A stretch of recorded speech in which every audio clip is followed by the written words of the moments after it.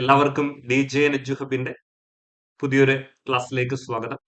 നിങ്ങൾക്ക് എല്ലാവർക്കും അറിയാം നമ്മുടെ LDC-യുടെയും LPUP-യുടെ എക്സാംസിന് ഡേറ്റുകളൊക്കെ വന്നിട്ടുണ്ട്. ഓക്കെ, അപ്പൊ അതുകൊണ്ട് തന്നെ ആ എക്സാംസുകൾക്ക് ബയോളജിയിൽ നിന്ന് ചോദിക്കാവുന്ന ഏറ്റവും പ്രധാനപ്പെട്ട ചില ക്വസ്റ്റ്യൻസുകൾ ഉൾപ്പെട്ട ചാപ്റ്ററുകളാണ് നമ്മൾ എടുക്കാൻ പോകുന്നത്. ഓക്കെ, അപ്പൊ നമ്മൾ ഇന്ന് എടുക്കാൻ പോകുന്ന ടോപ്പിക്ക് നമ്മുടെ പരിണാമം 10ാം ക്ലാസ്സിലെ ബയോളജിയുടെ അവസാനത്തെ ചാപ്റ്റർ ജീവൻ പിന്നിട്ട പാതകൾ. നമ്മുടെ കഴിഞ്ഞ UPSC-ക്ക് 3 ക്വസ്റ്റ്യൻസുകളാണ് ഈ ചാപ്റ്ററിൽ നിന്ന് ചോദിച്ചത്. സോ LD എക്സാംസുകൾ ക്വസ്റ്റ്യൻസുകൾ വന്നിട്ടുണ്ട്. സോ നമ്മളൊരു വലിയ ടോപ്പിക്ക് കുറഞ്ഞ സമയം കൊണ്ട് മാക്സിമം പോയിന്റുകൾ നിങ്ങളിലേക്ക് എത്തി പറഞ്ഞ് മനസ്സിലാക്കി തരികയാണ്. അപ്പൊ അതുകൊണ്ട് റിവിഷൻ ആയിട്ട് നിങ്ങൾ ഈ ക്ലാസ്സുകളൊക്കെ കാണുക, നന്നായിട്ട് പഠിക്കുക. ഓക്കെ, അപ്പൊ നമുക്ക് ടോപ്പിക്കിലോട്ട് പോകാം. പരിണാമം 10ാം ക്ലാസ്സിലെ ചാപ്റ്ററിന്റെ പേര് ജീവൻ പിന്നിട്ട പാതകൾ എന്നാണ്. അപ്പൊ ഇവിടെ നമ്മൾ ആദ്യം പഠിക്കാൻ പോകുന്നത് നമ്മുടെ പ്രപഞ്ചത്തിന്റെ ഉൽപ്പത്തിയാണ്. അപ്പൊ എക്സാമിന് ചോദിക്കുന്നത് ഇങ്ങനെയായിരിക്കും. ക്വസ്റ്റ്യൻസുകൾ ഞാൻ പറയും, നിങ്ങൾ ഇത് നോട്ട് ചെയ്ത് വെക്കണം കേട്ടോ. പ്രപഞ്ചോൽപത്തിയെ വിശദീകരിക്കുന്ന സിദ്ധാന്തം ഏതാണ്? ചോദിച്ചാൽ ആൻസർ എന്താണ്? മഹാവിസ്ഫോടന സിദ്ധാന്തം. ആ പോയിന്റ് പഠിച്ചാൽ മതി. പ്രപഞ്ചോൽപത്തി, നമ്മുടെ യൂണിവേഴ്സ് എങ്ങനെയുണ്ട്, നമ്മുടെ പ്രപഞ്ചം എങ്ങനെയുണ്ടായി എന്ന് വിശദീകരിക്കുന്ന സിദ്ധാന്തമാണെന്ത്? മഹാവിസ്ഫോടന സിദ്ധാന്തം. അപ്പൊ പ്രപഞ്ചോൽപത്തിയെ വിശദീകരിക്കുന്ന സിദ്ധാന്തമാണ് മഹാവിസ്ഫോടന സിദ്ധാന്തം. ഇതിന്റെ ഇംഗ്ലീഷിൽ പറയുന്ന പേരാണ് കുട്ടികളെ ബിഗ് ബാങ് തിയറി എന്ന് പറയും. എന്താ വിളിക്കുന്നവര്? Big bang theory. ഇതാണ് നമ്മുടെ പ്രപഞ്ചോൽപത്തിയുമായി ബന്ധപ്പെട്ട സിദ്ധാന്തം, മഹാവിസ്ഫോടന സിദ്ധാന്തം അല്ലെങ്കിൽ ബിഗ് ബാങ് തിയറി. ഇനി അടുത്ത ചോദിക്കാവുന്നതാണ്, ചോദിച്ചിട്ടുള്ള ക്വസ്റ്റ്യൻസ് ആണ് നമ്മുടെ ജീവന്റെ ഉൽപ്പത്തിയുമായി ബന്ധപ്പെട്ട സിദ്ധാന്തങ്ങൾ. ഓക്കെ, അപ്പൊ ജീവന്റെ ഉൽപ്പത്തിയുമായി ബന്ധപ്പെട്ട സിദ്ധാന്തങ്ങളെ കുറിച്ച് പഠിക്കുമ്പോൾ ആദ്യം പഠിക്കേണ്ട ഒന്നാണ് നൈസർഗിക ജനന സിദ്ധാന്തം എന്ന് പറയും. എന്താണ് നൈസർഗിക ജനന സിദ്ധാന്തം? നമ്മൾ ഇംഗ്ലീഷിൽ തിയറി ഓഫ് സ്പോണ്ടേനിയസ് ജനറേഷൻ എന്നൊക്കെ പറയാറുണ്ട്. അടുത്തയാണ് ബയോജെനസിസ്. അടുത്ത ഒന്നാണ് പാൻസ്പെർമിയ എന്ന് പറയും. ഓക്കെ, അടുത്തയാണ് രാസപരിണാമ സിദ്ധാന്തം. ഇത്രയുമാണ് ജീവന്റെ ഉൽപ്പത്തിയുമായി ബന്ധപ്പെട്ട സിദ്ധാന്തങ്ങൾ. അപ്പൊ എന്താണ് നൈസർഗിക ജനന സിദ്ധാന്തം എന്ന് ചോദിച്ചു കഴിഞ്ഞാല്, അതായത് ജീവനില്ലാത്ത വൈക്കോല്, ചെളി, മണ്ണ് തുടങ്ങിയ വസ്തുക്കളിൽ നിന്നാണ് ജീവൻ ഉണ്ടാകുന്നത്. നമ്മൾ ഈ നൈസർഗിക ജനന സിദ്ധാന്തം നമ്മൾ എബയോജെനസിസ് എന്ന് വിളിക്കാറുണ്ട്. തിയറി ഓഫ് എബയോജെനസിസ് എന്നൊക്കെ പറയാറുണ്ട്. അങ്ങനെ കേട്ടാലും പഠിച്ചോണം കേട്ടോ. എബയോജെനസിസ് സിദ്ധാന്തം അല്ലെങ്കിൽ നൈസർഗിക ജനന സിദ്ധാന്തം അല്ലെ, എന്താ പറയുന്നത്? വൈക്കോൽ, ചെളി, മണ്ണ് തുടങ്ങിയ വസ്തുക്കളിൽ നിന്നുമാണ് ജീവൻ ഉണ്ടാകുന്നത് എന്ന് പറയുന്ന സിദ്ധാന്തമാണ് നൈസർഗിക ജനന സിദ്ധാന്തം. അല്ലെങ്കിൽ നമ്മൾ എന്താണ് ബയോജെനസിസ് സിദ്ധാന്തം എന്ന് പറയും. സോറി, എബയോജെനസിസ്. ബയോജെനസിസ് അല്ല, എബയോജെനസിസ് സിദ്ധാന്തം എന്ന് പറയും. ഇത് തെറ്റാണെന്ന് തെളിയിച്ചവരാണ് ലൂയി പാസ്റ്റർ. അപ്പൊ വേണമെങ്കിൽ ഇവിടെ 2 ക്വസ്റ്റ്യൻസുകൾ ചോദിക്കാം. ജീവന്റെ ഉൽപ്പത്തിയുമായി ബന്ധപ്പെട്ട ഒരു പഴയ സിദ്ധാന്തമാണ് നൈസർഗിക ജനന സിദ്ധാന്തം. എന്തായിട്ട് പറയുന്നത്? വൈക്കോൽ, ചെളി, മണ്ണ് തുടങ്ങിയ വസ്തുക്കളിൽ നിന്നുമാണ് ജീവൻ ഉണ്ടാകുന്നത്. ഈ നൈസർഗിക ജനന സിദ്ധാന്തം അല്ലെങ്കിൽ എബയോജെനസിസ് തെറ്റെന്ന് തെളിയിച്ചവരാണത് ലൂയി പാസ്റ്റർ ആണ്. ഓക്കെ, പോയിന്റുകൾ എഴുതി വെച്ച് പഠിക്കുക. റിവിഷൻ ആയതുകൊണ്ട് കുറച്ച് സ്പീഡിൽ പോകുന്നു. മാക്സിമം പോയിന്റുകൾ എഴുതി വെച്ച് പഠിക്കുക കേട്ടോ. അടുത്താണ് ബയോജെനസിസ്. എന്താണ് ഈ ബയോജെനസിസ് പറയുന്നത്? നിലനിന്നിരുന്ന ജീവനിൽ നിന്ന് മാത്രമേ ജീവൻ ഉണ്ടാവുള്ളൂ. നേരത്തെ ഒരു ജീവൻ ഉണ്ടായിരിക്കണം, അല്ലയോ? അപ്പൊ നിലനിന്ന ജീവനിൽ നിന്ന് മാത്രമേ പുതിയ ജീവൻ ഉണ്ടാവുകയുള്ളൂ. അതാണ് എന്ത്? ബയോജെനസിസ് പറയുന്നത്. ഇത് കൊണ്ടുവന്ന ആരാണത്? ലൂയി പാസ്റ്റർ ആണ്. അപ്പൊ ബയോജെനസിസ് സിദ്ധാന്തം ആവിഷ്കരിച്ചത് ചോദിച്ചാൽ ലൂയി പാസ്റ്റർ ആണ്. എന്നാൽ എബയോജെനസിസ് അല്ലെങ്കിൽ നൈസർഗിക ജനന സിദ്ധാന്തം തെറ്റാണ് തെളിയിച്ച് ചോദിച്ചാൽ ആൻസർ എന്താണ്? ലൂയി പാസ്റ്റർ ആണ്. പോയിന്റ്സുകൾ എഴുതി വെച്ച് പഠിക്കുക. ഓക്കെ, അടുത്ത പാൻസ്പെർമിയ. നമ്മുടെ 2020-ലെ UPSC-യുടെ ചോദ്യം, 2020-ലെ UPSC-യുടെ ചോദ്യമായിരുന്നു പാൻസ്പെർമിയ. എന്താണ് പാൻസ്പെർമിയ പറയുന്നത്? പ്രപഞ്ചത്തിലെ ഇതര ഗോളങ്ങളിൽ എവിടെയോ ജീവൻ ഉത്ഭവിച്ച് ആകസ്മികമായി ഭൂമിയിൽ എത്തിയതാകാം, ഇല്ലയോ? നമുക്കറിയാം നമ്മുടെ പ്രപഞ്ചത്തിൽ ദശലക്ഷക്കണക്കിന് ഗാലക്സികളുണ്ട്, അതിനേക്കാൾ ഇരട്ടി ഗ്രഹങ്ങളുണ്ട്, അല്ലെ? അപ്പൊ അതിൽ ഏതെങ്കിലും ഒരു ഗ്രഹത്തിൽ നേരത്തെ ജീവന്റെ കണികകൾ ഉണ്ടാകാം, അല്ലെ? അങ്ങനെയുള്ള ജീവന്റെ കണികകൾ ആകസ്മികമായി ഭൂമിയിൽ എത്തിയതാണ്. ഇതാണ് പാൻസ്പെർമിയ പറയുന്നത്. പാൻസ്പെർമിയെ നമ്മൾ വിളിക്കുന്ന മറ്റൊരു പേരാണ് കോസ്മിക് തിയറി എന്ന് പറയും കേട്ടോ. ചിലപ്പോൾ എക്സാമിന് അങ്ങനെ ചോദിക്കാം, കോസ്മിക് തിയറി അല്ലെ. കോസ്മിക് തിയറി എന്നറിയപ്പെടുന്നതും എന്ത് തന്നെയാണ് പറഞ്ഞു? പാൻസ്പെർമിയ. 2020-ലെ UPSC-യുടെ ചോദ്യമാണ് കുട്ടികളെ. അപ്പൊ പ്രപഞ്ചത്തിലെ ഇതര ഗോളങ്ങളിൽ എവിടെയോ ജീവൻ ഉത്ഭവിച്ച് ആകസ്മികമായി ഭൂമിയിൽ എത്തിയതാകാം. അതാണ് പാൻസ്പെർമിയ പറയുന്നത്. പഠിച്ചല്ലോ. ഇനി വേണമെങ്കിൽ ഇവിടെ ഒരു ക്വസ്റ്റ്യൻ ചോദിക്കാം. ഈ ഒരു സ്റ്റേറ്റ്മെന്റ് വേണമെങ്കിൽ ക്വസ്റ്റ്യൻ ആയിട്ട് ഫ്രെയിം ചെയ്യാം. ഇങ്ങനെയായിരിക്കും: ഭൂമിയിൽ പതിച്ച ഉൽക്കകളിൽ കണ്ടെത്തിയ ജൈവ വസ്തുക്കൾ താഴെ പറയുന്നവയിൽ ഏത് സിദ്ധാന്തത്തിനാണ് പിൻബലമേകുന്നത്? ക്വസ്റ്റ്യൻ കൂടെ പറയാം. ഭൂമിയിൽ പതിച്ച ഉൽക്കകളിൽ കണ്ടെത്തിയ ജൈവ വസ്തുക്കൾ താഴെ പറയുന്നവയിൽ ഏത് സിദ്ധാന്തത്തിനാണ് പിൻബലമേകുന്നത് എന്ന് ചോദിച്ചാലും ആൻസർ എന്താ കുട്ടികൾ? പാൻസ്പെർമിയാണ്. കിട്ടിയല്ലോ. ആ പ്രപഞ്ചോൽപത്തിയുമായി ബന്ധപ്പെട്ട സിദ്ധാന്തമാണെങ്കിൽ ഏതായിരുന്നു? നമ്മളുടെ മഹാവിസ്ഫോടന സിദ്ധാന്തം അല്ലെങ്കിൽ ബിഗ് ബാങ് തിയറിയാണ് അല്ലേ? നൈസർഗിക ജനന സിദ്ധാന്തം അല്ലെങ്കിൽ എബയോജനസിസ് തെറ്റാന്ന് തെളിയിച്ചത് ലൂയി പാസ്റ്റർ ആണ്. ബയോജനസിസ് സിദ്ധാന്തം കൊണ്ടുവന്ന ആരാണത്? ലൂയി പാസ്റ്റർ ആണ്. പ്രപഞ്ചത്തിലെ ഇതര ഗോളങ്ങളിൽ എവിടെയോ ഉണ്ടായ ജീവന്റെ കണികകൾ ആകസ്മികമായി ഭൂമിയിൽ എത്തിയതാകാം. ഏതാണത്? പാൻസ്പെർമിയ. ഇനി അടുത്തയാണ് കുട്ടികളെ രാസപരിണാമ സിദ്ധാന്തം. നമ്മൾ ഇംഗ്ലീഷിൽ പറയുന്ന പേരെന്താ? തിയറി ഓഫ് കെമിക്കൽ എവല്യൂഷൻ എന്ന് പറയും. രാസപരിണാമ സിദ്ധാന്തം അല്ലെങ്കിൽ തിയറി ഓഫ് കെമിക്കൽ എവല്യൂഷൻ.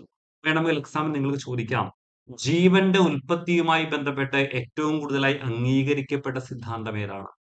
എഴുതി വെച്ച് പഠിക്കണം പോയിന്റുകൾ. ജീവന്റെ ഉൽപ്പത്തിയുമായി ബന്ധപ്പെട്ട് ഏറ്റവും കൂടുതൽ അംഗീകരിക്കപ്പെട്ട സിദ്ധാന്തം ഏതാണ്? ഏതാണ്? രാസപരിണാമ സിദ്ധാന്തമാണ്, അല്ലെങ്കിൽ എന്താണ്? തിയറി ഓഫ് കെമിക്കൽ എവല്യൂഷൻ ആണ്. ഓക്കെ, എന്താണ് ഈ രാസപരിണാമ സിദ്ധാന്തം പറയുന്നത്? ഡെഫിനിഷൻ വളരെ ഇമ്പോർട്ടന്റ് ആണ് കേട്ടോ. ആദിമ ഭൂമിയിലെ സവിശേഷ സാഹചര്യങ്ങളിൽ സമുദ്രജലത്തിലെ രാസവസ്തുക്കൾക്കുണ്ടായ മാറ്റങ്ങളുടെ ഫലമായിട്ടാണ് ജീവൻ ഉണ്ടായത്, അല്ലയോ? അപ്പൊ നമ്മൾ ഇന്ന് കാണപ്പെട്ട ഒരു ഭൂമിയുടെ അന്തരീക്ഷമായിരുന്നില്ല മുൻപുണ്ടായിരുന്നത്. ഓക്കെ, അപ്പൊ ആദിമ ഭൂമിയിൽ ഒരു സവിശേഷ, നമ്മുടെ ഭൂമി ഉണ്ടായ സമയത്ത് ഒരു സവിശേഷ സാഹചര്യം ഉണ്ടായിരുന്നു. അത് ഭയങ്കരമായ ഇടിമിന്നല്, അല്ലയോ? അഗ്നിപർവ്വത സ്ഫോടനങ്ങള്, താപനിലയൊക്കെ ഒരുപാട് കൂടുതലായിരുന്നു, അല്ലേ? അപ്പൊ അങ്ങനെ ഉണ്ടായ സവിശേഷ സാഹചര്യങ്ങളിൽ എവിടെയാണ് സമുദ്രജലത്തിലെ രാസവസ്തുക്കൾക്കുണ്ടായ ഫലമായിട്ടാണ് ജീവൻ ഉണ്ടായത്. എന്തായാലും എക്സാമിന് ചോദിക്കുമ്പോൾ നിങ്ങൾക്ക് രാസവസ്തുക്കൾക്കുണ്ടായ മാറ്റം എന്ന് എന്തായാലും ചോദ്യത്തിൽ കാണും. അപ്പൊ നിങ്ങൾ ഉറപ്പിച്ചോണം, അത് രാസപരിണാമ സിദ്ധാന്തം. ഓക്കെ, അപ്പൊ ജീവന്റെ ഉൽപ്പത്തിയുമായി ബന്ധപ്പെട്ട് ഏറ്റവും കൂടുതലായി അംഗീകരിക്കപ്പെട്ട സിദ്ധാന്തമാണ് രാസപരിണാമ സിദ്ധാന്തം. ആദിമഭൂമിയിലെ സവിശേഷ സാഹചര്യത്തിൽ സമുദ്രജലത്തിലെ രാസവസ്തുക്കൾക്കുണ്ടായ മാറ്റങ്ങളുടെ ഫലമായിട്ടാണ് ജീവൻ ഉത്ഭവിച്ചത്. രാസവസ്തുക്കൾക്കുണ്ടായ മാറ്റമെന്ന് കേട്ടാൽ മനസ്സിലായിക്കോണം, അത് രാസപരിണാമ സിദ്ധാന്തമാണ്. ഓക്കെ, പിന്നെ ഈ പോയിന്റ് പ്രത്യേകം ഓർത്തു വെക്കുക. എക്സാമിന് ചോദിക്കാം, രാസപരിണാമ സിദ്ധാന്തം അനുസരിച്ച് ഭൂമിയിൽ എവിടെയാണ് ജീവൻ ഉണ്ടായത്? സമുദ്രജലത്തിലാണ് കേട്ടോ. ആ പോയിന്റ് പ്രത്യേകം പഠിക്കണം. രാസപരിണാമ സിദ്ധാന്തം അനുസരിച്ച് ഭൂമിയിൽ എവിടെയാണ് ജീവൻ ഉണ്ടായത്? സമുദ്രജലത്തിലാണ്. ഇനി ആരൊക്കെ ചേർന്നുകൊണ്ടാണ് ഈ സിദ്ധാന്തം ആവിഷ്കരിച്ചത്? വളരെ ഇമ്പോർട്ടന്റ് ആണ്. എ.ഐ. ഒപ്പാരനും ജെ.ബി.എസ്. ഹാൾഡെയ്നും ചേർന്നുകൊണ്ടാണ്. ഒപ്പാരനും ഹാൾഡെയ്നും എന്ന് പഠിച്ചാൽ മതി. ഒപ്പാരൻ ഹാൾഡെയ്ൻ, ഒപ്പാരൻ ഹാൾഡെയ്ൻ, ഒപ്പാരന് ഹാൾഡെയ്ന്, ഈ രണ്ട് ആൾക്കാർ ചേർന്നുകൊണ്ടാണ് എന്ത്? രാസപരിണാമ സിദ്ധാന്തം ആവിഷ്കരിച്ചത്. Oparin and ഹാൾഡെയ്ൻ. കിട്ടിയല്ലോ. അപ്പൊ ഇത്രയുമാണ് ജീവന്റെ ഉൽപ്പത്തിയുമായി ബന്ധപ്പെട്ട സിദ്ധാന്തങ്ങൾ. പഠിക്കുക, എക്സാമിന് വളരെ ഇമ്പോർട്ടന്റ് ആണ്. ഇനി നമ്മുടെ രാസപരിണാമ സിദ്ധാന്തത്തിൽ ഒപ്പാരനും ഹാൾഡെയ്നും പറയുന്ന ചില കാര്യങ്ങളെ കുറിച്ച് നമുക്ക് നോക്കാം. അതായത് ഇവിടെ ചോദിക്കാൻ ചാൻസ് വളരെ കുറവാണ്, പക്ഷെ എങ്കിലും വരാവുന്ന ഒരു ചോദ്യമുണ്ട്. ഈ ഭൂമിയുടെ അന്തരീക്ഷത്തിൽ ഉണ്ടായിരുന്ന ചില വാതകങ്ങളുടെ പേരുകൾ നമ്മളുടെ 10ാം ക്ലാസ്സിലെ ടെക്സ്റ്റ് ബുക്കിൽ പറയുന്നുണ്ട്. വേണമെങ്കിൽ അവിടുന്ന് ഒരു ക്വസ്റ്റ്യൻ ചോദിക്കാം. നിങ്ങളൊന്ന് വായിച്ച് മനസ്സിലാക്കി വെച്ചാൽ മതി അത്. ഓക്കെ, ഭൂമിയുടെ അന്തരീക്ഷത്തിൽ ഏതൊക്കെ വാതകങ്ങൾ ഉണ്ടായിരുന്നു? Hydrogen, nitrogen, carbon dioxide, methane, ammonia, നീരാവി, ഹൈഡ്രജൻ സൾഫൈഡ് തുടങ്ങിയ വാതകങ്ങളൊക്കെ ഉണ്ടായിരുന്നു. ഓക്കെ, അപ്പൊ ഏതൊക്കെയായിരുന്നു? Hydrogen, nitrogen, carbon dioxide, methane, ammonia, നീരാവി, ഹൈഡ്രജൻ സൾഫൈഡ്. ഇവിടെ ആരുണ്ടായിരുന്നില്ല? ഓക്സിജൻ ഉണ്ടായിരുന്നില്ല. അപ്പൊ നിങ്ങൾ പ്രത്യേകം ശ്രദ്ധിക്കണം അത്. ഒരു 4 ഓപ്ഷൻ ചോദിക്കുകയാണ്. Hydrogen, nitrogen, carbon dioxide, oxygen ചോദിക്കുകയാണ്. ആദ്യമേ ഭൂമിയുടെ അന്തരീക്ഷത്തിൽ ഇല്ലാതിരുന്ന വാതകം ഏത്? അപ്പോൾ എഴുതിക്കോണം, അത് ഓക്സിജൻ ആണ്. ഓക്കെ, അപ്പൊ ഇത്രയും വാതകങ്ങളായിരുന്നു ഉണ്ടായിരുന്നത് എന്ന് മനസ്സിലാക്കി വെക്കുക. നമുക്ക് തന്നിരിക്കുന്ന ഓപ്ഷനിൽ വെച്ച് നിങ്ങൾക്ക് ഇല്ലാത്ത വാതകത്തെ കണ്ടുപിടിക്കാൻ എളുപ്പമാണ്. അപ്പൊ ഹൈഡ്രജനും നൈട്രജനും കാർബൺ ഡൈ ഓക്സൈഡും മീഥൈനും അമോണിയയും ജലബാഷ്പം, നീരാവിയും ഹൈഡ്രജൻ സൾഫൈഡ് ഒക്കെ ഉണ്ട്. ആരുണ്ടായിരുന്നില്ല? ഓക്സിജന്, ക്ലോറിൻ അങ്ങനെയുള്ള വാതകങ്ങളൊന്നും ഉണ്ടായിരുന്നു. പ്രത്യേകം നോട്ട് ചെയ്ത് വെച്ചാൽ മതി. ഓക്കെ, അപ്പൊ നമുക്കറിയാം ഈ രാസപരിണാമ സിദ്ധാന്തം ആരൊക്കെ ചേർന്നുകൊണ്ടാണ് ആവിഷ്കരിച്ചത്? ഹാൾഡെയ്നും ഒപ്പാരനും ചേർന്നുകൊണ്ടാണ്, അല്ലെ? പക്ഷേ രാസപരിണാമ സിദ്ധാന്തം തെളിയിച്ചത് ആരെന്ന് ചോദിക്കാം. രണ്ടാൾക്കാര്, ഒന്നാണ് സ്റ്റാൻലി മില്ലറും ഹരോൾഡ് യൂറയും ചേർന്നുകൊണ്ടാണ്. ആരൊക്കെ ചേർന്നുകൊണ്ടാ കുട്ടികളെ? സ്റ്റാൻലി മില്ലറും ഹരോൾഡ് യൂറയും. അപ്പൊ രാസപരിണാമ സിദ്ധാന്തം കൊണ്ടുവന്നത് ആരൊക്കെ ചേർന്നുകൊണ്ടാ? ഒപ്പാരനും ഹാൾഡെയ്നും. എന്നാൽ രാസപരിണാമ സിദ്ധാന്തം പരീക്ഷണാടിസ്ഥാനത്തിൽ തെളിയിച്ചത് ആരൊക്കെയാണ്? സ്റ്റാൻലിയും മില്ലറും ഹരോൾഡ് യൂറയും. സ്റ്റാൻലി മില്ലറും അദ്ദേഹത്തിന്റെ പ്രൊഫസർ ആയിരുന്ന ഹരോൾഡ് യൂറയും ചേർന്നുകൊണ്ടാണ് രാസപരിണാമ സിദ്ധാന്തം തെളിയിച്ചത്. നമുക്ക് ഡീറ്റെയിലേക്കൊന്നും പോകണ്ട. നിങ്ങൾ ഒരു കാര്യം പ്രത്യേകം ശ്രദ്ധിക്കണം. ഈ ചാപ്റ്ററിൽ നിന്ന് സ്റ്റേറ്റ്മെന്റ് വൈസ് ക്വസ്റ്റ്യൻസുകൾ വരാനുള്ള ചാൻസ് വളരെ കുറവാണ്. എല്ലാം ഡയറക്റ്റ് ക്വസ്റ്റ്യൻസ് ആണ്. ഒന്ന് ശ്രമിച്ചാൽ നിങ്ങൾക്ക് മാർക്സ് വാങ്ങിക്കാവുന്നേ ഉള്ളൂ. പിന്നെ സിലബസിൽ ഈ ചാപ്റ്റർ ഇല്ല എന്ന് പറഞ്ഞാൽ ആരും പഠിക്കാതിരിക്കല്ലേ. 2020 UPSCയുടെ സിലബസിലും ഈ ചാപ്റ്റർ ഇല്ലായിരുന്നു, ഈ ടോപ്പിക് ഇല്ലായിരുന്നു. പക്ഷെ അതിൽ നിന്ന് 3 ക്വസ്റ്റ്യൻസുകളാണ് ചോദിച്ചത്. അപ്പൊ അതുകൊണ്ട് ഇമ്പോർട്ടന്റ് ആയ ചാപ്റ്റർ ആണ്, പഠിക്കുക കേട്ടോ. പറയുന്ന പോലെ അങ്ങ് പഠിച്ചാൽ മതി. അപ്പൊ ഇവിടെ ഇവര് ചെയ്തത്, നമുക്ക് പരീക്ഷണത്തിലേക്ക് ഒന്നും നമ്മൾ പോകണ്ട. ഇവര് ഫ്ലാസ്ക് എടുക്കുന്നു. ഈ ഫ്ലാസ്കില് ആദിമഭൂമിയിൽ ഉണ്ടെന്ന് പറയുന്ന 3 വാതകങ്ങൾ എടുക്കുന്നു. ആ വാതകങ്ങൾ ഏതൊക്കെയാണെന്ന് മനസ്സിലാക്കി വെക്കുക. മീഥെയ്ന്, അമോണിയ, നീരാവി. അല്ലെ? നമ്മൾ ഒപ്പാരനും ഹാൾഡെയിനും ഏകദേശം 7ഓളം വാതകങ്ങളെ നേരത്തെ പറഞ്ഞു ഇല്ലയോ? അതെല്ലാം ഒന്നും എടുത്തില്ല. എന്താണ് മില്ലറും യൂറയും എന്താ ചെയ്തത്? ആദിമഭൂമിയിൽ ഉണ്ടെന്ന് പറയുന്ന 3 വാതകങ്ങൾ ഏതൊക്കെയാണ്? മീഥെയ്ന്, അമോണിയ, നീരാവി തുടങ്ങിയ വാതകങ്ങളെ എടുക്കുന്നു. ഒരു ഫ്ലാസ്കിലേക്ക് ഇടുന്നു. അല്ല, പിന്നെ വൈദ്യുതോർജ്ജം കൊടുക്കുന്നു. ഏകദേശം പിന്നെ കണ്ടൻസറിലൂടെ കടത്തിവിടുന്നു. ഏകദേശം 17 ദിവസമാണ് ഇവരിങ്ങനെ വെച്ചിരുന്നത്. 18ാമത്തെ ദിവസം ഇവർ പരിശോധിച്ചപ്പോൾ ഇവർക്ക് ആരെ കിട്ടി? അമിനോ ആസിഡുകളെ കിട്ടി. അല്ലേ? ഓക്കെ. അപ്പൊ ഇത് ഏറെക്കുറെ ഏത് സിദ്ധാന്തം തെളിയിക്കുകയാണ്? രാസപരിണാമ സിദ്ധാന്തം തെളിയിച്ചു. കാരണം എന്താ? ഈ വൈദ്യുതോർജ്ജത്തിന്റെ സഹായത്താൽ, അല്ലയോ, ഈ മീഥെയ്നും അമോണിയയും നീരാവിയും എല്ലാം കൂടെ കൂടിച്ചേർന്ന് തണുത്ത അവസാനം എന്തായിട്ട് മാറി? അമിനോ ആസിഡുകളായി മാറി. അല്ലേ? ആണല്ലോ. അപ്പൊ ഇവിടെ നിങ്ങൾക്ക് എക്സാം ഒരു ക്വസ്റ്റ്യൻ ചോദിക്കാം. സ്റ്റാൻലി മില്ലർ പരീക്ഷണത്തിൽ ലഭിച്ച ജൈവ സംയുക്തം ഏതാണ്? ഒന്നുകൂടെ പറയാം. സ്റ്റാൻലി മില്ലർ പരീക്ഷണത്തിൽ ലഭിച്ച ജൈവ സംയുക്തം ഏതാണ്? ഏതാണ് കുട്ടികളേത്? നമ്മുടെ അമിനോ ആസിഡുകളാണ്. ഓക്കെ, പഠിക്കുക. അത് എക്സാമിന് ചോദിക്കാവുന്നതാണ്. അപ്പൊ എടുത്ത വാദങ്ങൾ ഓർത്തു വെക്കുക. മീഥെയ്ൻ, അമോണിയ, നീരാവി. അപ്പൊ കൃത്യമായി നമ്മുടെ സ്കൂൾ ടെസ്റ്റിൽ പറയുന്നുണ്ട് അമിനോ ആസിഡുകളെയാണ് കിട്ടിയത്, ഇല്ലയോ? Okay, ശരി. അപ്പൊ ഇത് നമ്മളുടെ കഴിഞ്ഞ 2020 UPSCയുടെ ചോദ്യമാണ്. പ്രപഞ്ചത്തിലെ ഇതര ഗോളത്തിൽ എവിടെയോ ജീവൻ ഉത്ഭവിച്ച ജീവകണികകൾ ആകസ്മികമായി ഭൂമിയിൽ എത്തിയത് എവിടെയാണ്, ഇല്ലയോ? ഇത് ഏതായിരുന്നു കുട്ടികളെ പറഞ്ഞേ? നമ്മുടെ പാൻസ്പെർമിയാണ്. ഓർമ്മയുണ്ടല്ലോ? Okay, ശരി. യൂറേ മില്ലർ പരീക്ഷണത്തിൽ രൂപപ്പെട്ട ജൈവ കണിക ഏതായിരുന്നു? ഏതായിരുന്നു കുട്ടികളെ യൂറയ്ക്കും മില്ലർക്ക് ലഭിച്ചത്? അമിനോ ആസിഡുകളല്ലേ കിട്ടിയത്? ആണോ? ആദിമ ഭൂമിയുടെ അന്തരീക്ഷത്തിൽ ഇല്ലാതിരുന്ന ഘടകം ഏതൊക്കെയാ? ഒന്ന് പറയാൻ ശ്രമിക്കാമോ? നമുക്കറിയാം നീരാവി ഉണ്ടായിരുന്നു, ഹൈഡ്രജൻ ഉണ്ടായിരുന്നു, നൈട്രജൻ ഉണ്ടായിരുന്നു, ഹൈഡ്രജൻ സൾഫൈഡ് ഉണ്ടായിരുന്നു, അമോണിയ ഉണ്ടായിരുന്നു, കാർബൺ ഡൈ ഓക്സൈഡ് ഉണ്ടായിരുന്നു, മീഥേൻ ഉണ്ടായിരുന്നു, ഓക്സിജൻ ഇല്ലായിരുന്നു, ഇല്ലയോ? പിന്നെന്താ? ക്ലോറിനും ഇല്ലായിരുന്നു. ഇതൊക്കെ സമഗ്ര ക്വസ്റ്റ്യൻ പൂൾ ആണ് കേട്ടോ. ക്വസ്റ്റ്യൻ വരാൻ സാധ്യതയുണ്ട്. ചുവടെ നൽകിയിരിക്കുന്നവയിൽ നിന്നും ജീവന്റെ ഉൽപ്പത്തിയുമായി ബന്ധപ്പെട്ട സിദ്ധാന്തങ്ങൾ, നമ്മൾ 4 സിദ്ധാന്തങ്ങൾ പഠിച്ചാൽ ഏതൊക്കെയാ? നൈസർഗിക ജനന സിദ്ധാന്തം, ബയോജനസിസ്, പാൻസ്പെർമിയ, രാസപരിണാമം. ഇതിൽ ഏതൊക്കെയുണ്ട് കുട്ടികളെ? രാസപരിണാമം വരുന്നുണ്ട്, പാൻസ്പെർമിയ. ഇത് രണ്ടുമല്ലേ ജീവന്റെ ഉൽപ്പത്തിയുമായി ബന്ധപ്പെട്ട സിദ്ധാന്തങ്ങൾ? ഓക്കെ.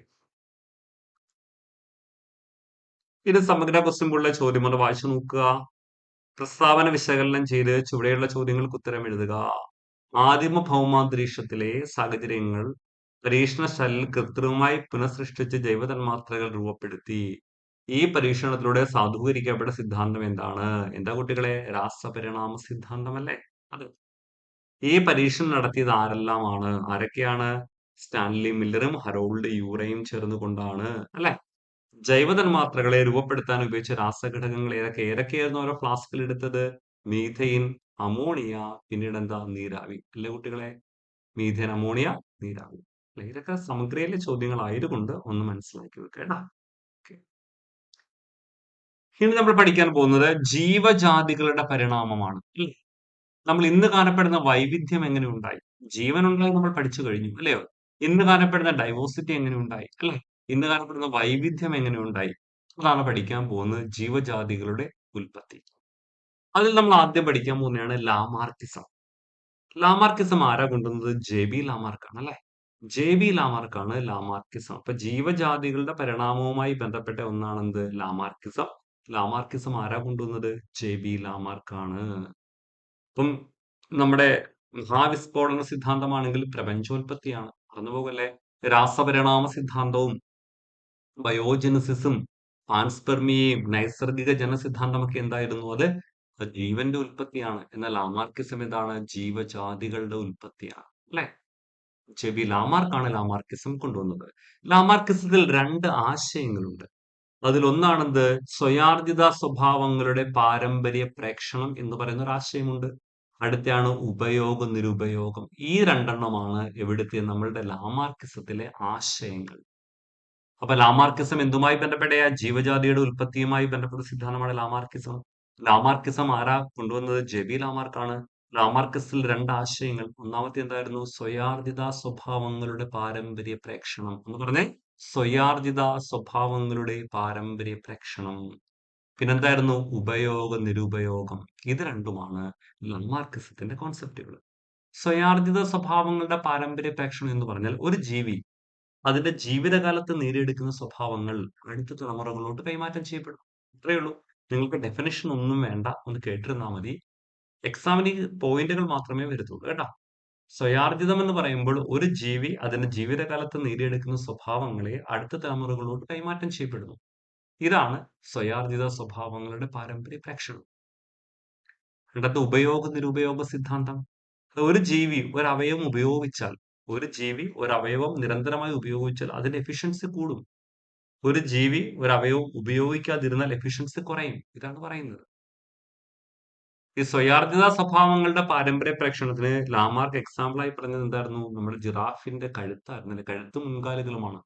അദ്ദേഹം പറഞ്ഞ എങ്ങനെയാണ്? ജിറാഫിന്റെ കഴുത്തും മുൻകാലുകളും പണ്ട് നീളം കുറവായിരുന്നു അല്ലെ? നമ്മുടെ ഇന്നത്തെ മാനിനെ പോലെയായിരുന്നു പണ്ട് ജിറാഫ് ഉണ്ടായിരുന്നത്. ചെറിയ കഴുത്തായിരുന്നു, ചെറിയ മുൻകാലുകളായിരുന്നു. പക്ഷെ താഴത്തെ ഇലകളൊക്കെ ഭക്ഷിച്ചു കഴിഞ്ഞപ്പോൾ അവിടെ ഫുഡിനൊരു കുറവ് വന്നു. ആ സമയത്ത് ജിറാഫ് മുകളിലോട്ട് നോക്കിയപ്പോൾ മുകളിലത്തിൽ മരങ്ങളിലൊക്കെ ഇത് നിൽക്കുന്നത് കണ്ടു, ഇലകൾ നിൽക്കുന്നത് കണ്ട് ജിറാഫ് ഹാപ്പിയായി. ഇല്ലയോ? അത് കഴിക്കാൻ ആഗ്രഹിച്ച ജിറാഫ് എന്ത് ചെയ്തു? കഴുത്തിങ്ങനെ നീട്ടി നീട്ടി തുടർന്ന് മുൻകാലുകളും പതുക്കെ പതുക്കെ നീണ്ടി വന്നു. കുറെ തലമുറകൾ കഴിഞ്ഞപ്പോൾ ഇതിങ്ങനെ ഒരുപാട് നീണ്ടുപോയി എന്നാണ് ലാമാർക്ക് പറയുന്നത്. പക്ഷെ അത് ലാമാർക്കിന്റെ പൊട്ട സിദ്ധാന്തമാണ്. പക്ഷെ എക്സാമിന് നമ്മൾ എന്തായാലും ഇത് പഠിക്കണം. അപ്പൊ ഉപയോഗം നിരുപയോഗം എന്ന് പറയുമ്പോൾ പണ്ട് പാമ്പുകൾക്ക് കാലുണ്ടായിരുന്നുവെന്നും പാമ്പുകൾ ഈ മാളത്തിൽ മാത്രം ഇരിക്കുന്നത് കൊണ്ട് കാലുകൾ ഉപയോഗിക്കാതെ ഇരുന്ന് നശിച്ചുപോയി എന്നൊക്കെയാണ് ലാമാർക്ക് ഉപയോഗം നിരുപയോഗത്തിൽ പറയുന്നത്. എന്താണെങ്കിലും നമുക്ക് അവിടേക്കൊന്നും ഒരു ചർച്ചയിലേക്ക് പോകണ്ട. നമുക്ക് എക്സാമിന് വേണ്ടുന്ന കാര്യങ്ങൾ മാത്രം നോക്കിയാൽ മതി. അപ്പൊ ജീവജാതിയുടെ പരിണാമവുമായി ബന്ധപ്പെട്ട സിദ്ധാന്തമാണ് ലാമാർക്കിസം. ആവിഷ്കരിച്ചത് ജെ.ബി. ലാമാർക്കാണ്. ലാമാർക്കിസിൽ രണ്ട് ആശയങ്ങൾ. ഒന്നെന്തായിരുന്നു? സ്വയാർജിത സ്വഭാവങ്ങളുടെ പാരമ്പര്യ പ്രേക്ഷണം. സ്വയാർജിതം എന്ന് എവിടെ കേട്ടാലും മനസ്സിലാക്കണം, അത് ലാമാർക്കിസമാണ്. പിന്നീട് ഉപയോഗ നിരുപയോഗ സിദ്ധാന്തം. കിട്ടിയല്ലോ? ഓക്കെ. ഈ ലാമാർക്കിസം തെറ്റാണെന്ന് തെളിയിച്ച ഒരു വ്യക്തിയുണ്ട്. അദ്ദേഹത്തിന്റെ പേരാണ് ഓഗസ്റ്റ് വീസ്മാൻ എന്ന് പറയും കേട്ടോ. August Weissman. അതൊന്ന് പ്രത്യേകം നോട്ട് ചെയ്ത് നോക്കണം കേട്ടോ. അപ്പൊ ഓഗസ്റ്റ് വീസ്മാൻ